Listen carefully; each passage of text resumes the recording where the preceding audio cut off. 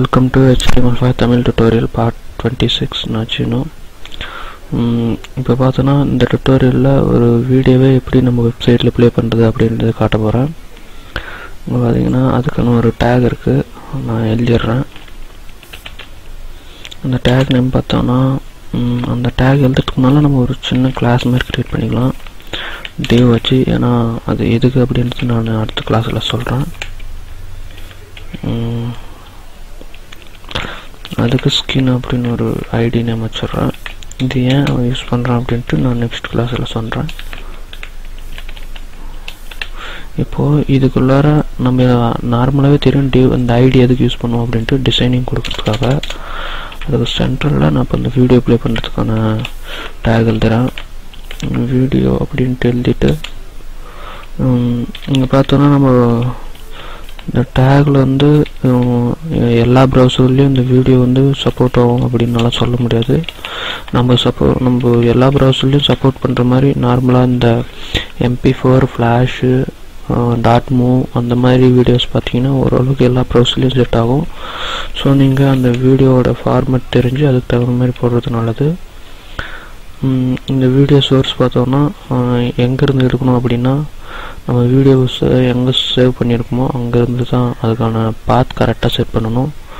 இங்கே பார்த்தீங்கன்னா நம்மளோட ப்ரோக்ராம் வந்து நம்ம எழுதிட்டுக்கிற கோடிங் எல்லாம் பார்த்தோன்னா இந்த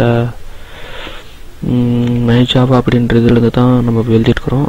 நம்மளோட HTML ஃபைல் எங்கே இருக்கோ அங்கேயே வீடியோஸ் இமேஜ் எதாக இருந்தாலும் நம்ம இன்சர்ட் பண்ணணும். இது XHTML தெரிஞ்சவங்களுக்கு நல்லா தெரிஞ்சிருக்கும். அதே மாதிரி தான் இங்கேயும் பண்ணணும். பார்த்தோன்னா நான் வீடியோஸ் அப்படின்ற ஒரு ஃபோல்டருக்குள்ளார வீடியோஸ் போட்டு வச்சுருக்கேன்.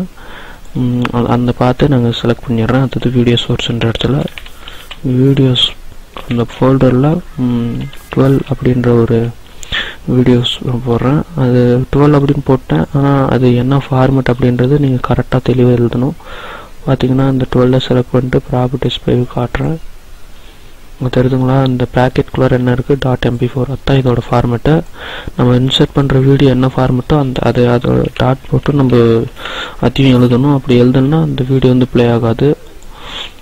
இப்போ இந்த வீடியோ சோர்ஸ் வீடியோஸ் அப்படின்னு போட்டு கண்ட்ரோல்ஸ் அப்படின்ற ஒரு ஆப்ஷன் இருக்குது. அதை நம்ம யூஸ் பண்ணும்போது அதுக்கான கண்ட்ரோலிங் கிடைக்கும். அது ப்ளே பண்ணுறது நிறுத்தி வைக்கிறது அந்த மாதிரி. இப்போது அதை க்ளோஸ் பண்ணிடுறோம் அந்த டேகை.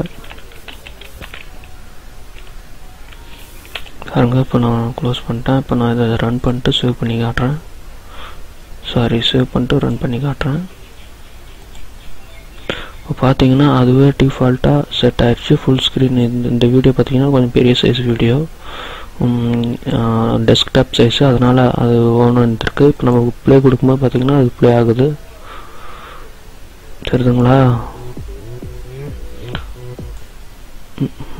பார்த்தோன்னா ஆட்டோமேட்டிக்காக ப்ளே ஆகுது. ஆனால் பார்த்தோன்னா நம்ம சைஸ் வந்து நம்மளுக்கு தகுந்த மாதிரி கிடையாது. ஃபுல் ஸ்க்ரீன் சைஸும் வந்து இதில் செட் ஆகிருக்குது பாருங்கள்.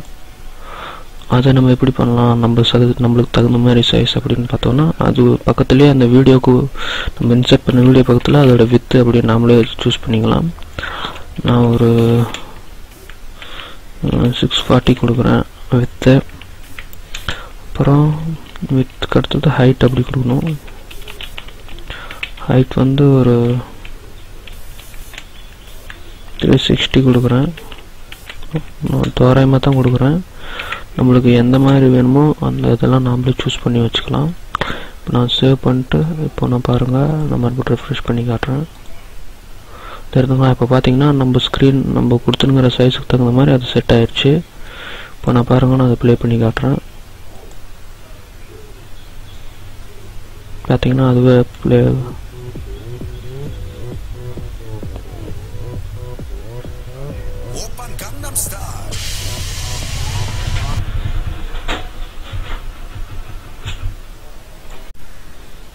ஃப்ரெண்ட்ஸ். பார்த்தீங்கன்னா இந்த வித்து ஹைட்டெல்லாம் நம்மளே கொடுத்தோம். இதில் இன்னொரு ஆப்ஷன் இருக்குது, அதை பற்றி நான் சொல்கிறேன். ஆட்டோ ப்ளே அப்படின்ட்டு. இந்த ஆட்டோ ப்ளே என்ன பண்ணோன்னா நம்ம அதை சேவ் பண்ணிட்டு ரன் பண்ணி காட்டுறோம் பாருங்கள். இப்போ நார்மலாக இங்கே நம்ம ப்ளே கொடுத்தா தான் ரன் ஆகும். ஆனால் ஆட்டோ ப்ளேன்ற ஆப்ஷன் யூஸ் பண்ணதோடனே பாருங்கள், நான் ரெஃப்ரெஷ் பண்ணதோடனே என்ன ஆகுதுன்ட்டு அதுவே ஆட்டோமேட்டிக்காக ரன் ஆகிட்டு இருக்குது. தெரியுதுங்களா? இந்த வீடியோ உங்களுக்கு எல்லாருக்குமே தெரிஞ்சிருக்கும். கங்னம் ஸ்டைல் வீடியோ தான் நான் இன்சர்ட் பண்ணியிருக்கேன். இந்த வீடியோவுக்கு நம்ம இது பார்த்தோன்னா டிஃபால்ட்டாக இந்த சவுண்ட் குறைக்கிறது, சவுண்ட் வைக்கிறது, இந்த ப்ளே பாஸ் இதெல்லாம் பார்த்தீங்கன்னா அந்த கண்ட்ரோல் ஆட்டோ ப்ளே கண்ட்ரோல் அந்த ஆப்ஷன்லேருந்து அதுவே ஆட்டோமேட்டிக்காக நடக்கும். இந்த கண்ட்ரோல்ஸ்லேயே அதெல்லாம் இன்சர்ட் ஆகிடும். இதுக்கு நம்ம எப்படி டிசைன் கொடுக்குறதுன்றது நெக்ஸ்ட் கிளாஸில் பார்ப்போம். தேங்க்யூ ஃபார் வாட்சிங். Please subscribe.